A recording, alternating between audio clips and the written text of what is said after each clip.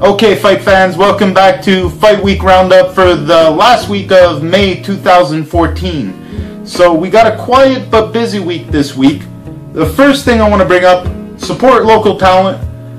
LaSalle Boxing Club, last fight of the month. They're not going to do another one for a month and a half. Go check out their website, support local talent. There's probably only standing room only for this event, but nonetheless, go to the website, see if there's any tickets left. So, as far as Wednesday, Thursday is concerned, I guess you're going to have to stream or go on the internet because there's not much fight-wise going on. However, on Friday, if you're willing to take the drive out to Laval, Google these words. Laval Fight for Pride. It's an MMA card. It should be an interesting night. If you get a chance, they probably still have a couple tickets left.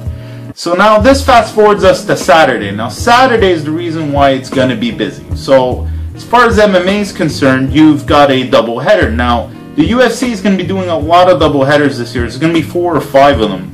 They've got so many fights that they're overlapping. So basically what's going to happen is, for free, we're going to get to see the Ultimate Fighter card in Brazil, and then they're going to telecast over to Germany, and we're going to get the Munoz-Musashi fight. Now, the entire card is actually a hot and cold kind of affair. It's all guys that have done well or done badly, or a mixed kind of bag of fighters. So, I expect most of the losers at the end of the night are going to get their walking papers, and most of the winners are going to have a resurgence. So, that being said, I just want to bring up a little Montreal news in there. Georges St. Pierre's boy, Francis Clermont, is going to be fighting CB Dalloway. Now, Francis has been hot and cold. Like I said, the entire card is going to be. However, CB being the same, if CB shows up, all Francis has got to worry about is this kid coming at him. However, if Francis doesn't show up with his act all together, CB might just roll over him. So he's got to be careful, because for Francis, this is just a solid win, but for CB, this is a comeback, or even a win over a hyped up-and-comer who hasn't really gotten a chance to shine. So his lackluster performance might require him to do something grandiose in this card. So if you get a chance, go check it out. It's going to be a good fight. Georges St. Pierre, support Montreal. So that being said, for boxing heads, we're going to warp back in time. There's going to be a lot of names I'm going to say that are going to sound familiar, and that's because they were popular 10 years ago. Now, that being said, that doesn't necessarily mean we're going to see a horrible night of fights. So I'll point them out. Groves versus Frosch. Now, Groves is a young up-and-comer who wasn't doing too well, and it was supposed to be a tune-up for Frosch to fight Pascal. The kid ended up winning the fight. Now, he lost it according to the cards. However, thank God Brits are crazy, and their fans basically made that fight happen. Good on the fans for making that happen. Good on Frosch for not backing down and deciding, you know what, I have to give this kid another fight. And good on the promoters for putting that shit on for free.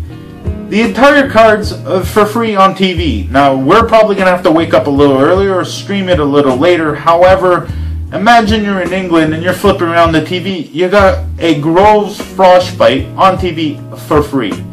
Good stuff. Good on you, Britain. Now, Britain over to Germany. We got Arthur Abraham fighting, and then on the same card you got Felix Strum. So this is like a rehatching of the Super 6, but who knows? I haven't seen Arthur Abraham fight in a while, so I'm probably going to look it up. So also in the heavyweight division, we got Povetkin versus Char, which, I mean, I don't really care. I'm going to look at the results, but I don't think Povetkin's on any kind of upcline, so I don't know, we'll see. However, that being said, now if we leave Europe, Macau, China. It's the new epicenter for boxing. They've got great casinos. I guess that's where all the money's going. In theory, I mean, MMA's mecca would be Dubai. That's where their money is. However, boxing, Macau, looks like an interesting card. We're going to have Nonito Donaire, and then under that, Victor Chinyan. Victor Chinyan fights old school. Nonito Donaire will put on a show. These guys, win or lose, are going to give you a hell of a fight. So my money's on Macau, China pulling away. I'm more than likely going to be spending my dollar over there and watching that fight. It's going to be a good night. Victor Chenyan fights like he's from the 40s. It's going to be a great night. Last but not least, this being said about China, I want to point out, if you ever get a chance, YouTube the words China Heavyweight. It's a movie. It appeared on HBO. It has nothing to do with their heavyweight division. Very cool, interesting little movie about the evolution and how the sport is coming back into fruition in China, because it having been banned for like 20 years or something out there. So very, very cool boxing in China, China Heavyweight. So speaking movies and Montreal news, we also got a remake of the Kickboxer movie apparently coming out, and George Chappelle is going to star in that. So good on George. I'm happy he's not getting kicked in the head anymore. Doesn't have to bleed to make his money. Hopefully he gets to kiss a couple starlets, and hopefully the pay's better. So good on you, George. I'm happy for you. You don't ever have to fight another day as far as I'm concerned. That being said, I want to leave you guys on a couple notes. For my Mayweather fans out there. Now, I respect the dude. I'm no fan. I got my reasons, and we can debate that some other day. However, I want to bring up the one concrete fact we should all be talking about. Some people want to bring up the gloves. Some people want to talk about how he put on a great show and he let Chino hit him. You can say all kinds of asinine things about that fight. You can make all kinds of statements or opinions. However, there's a couple of facts I want to bring up to some people here. When the results get read, when the announcers got the mic and the judges handed them the cards, watch Mayweather. I've seen Mayweather in all his other fights react to the scores being read. Now, scores being read and he might agree with them or disagree with them, make a face for the camera, fine. However, before they're being read, he's usually glad-handing people, talking to Larry Merchant, telling people where to go for the club, laughing about stuff with people, jibber-jabbering, not paying attention to shit, because he knows he's got to unlock. However, watch the Chino Maidana fight. He practically hushes the people around him, turns his head with anticipation, worries over his face as Chino looks with hope. The score reads exactly how Mayweather anticipated and hoped. However, hoped is the operative word. Reason being, the man listened for the first time ever.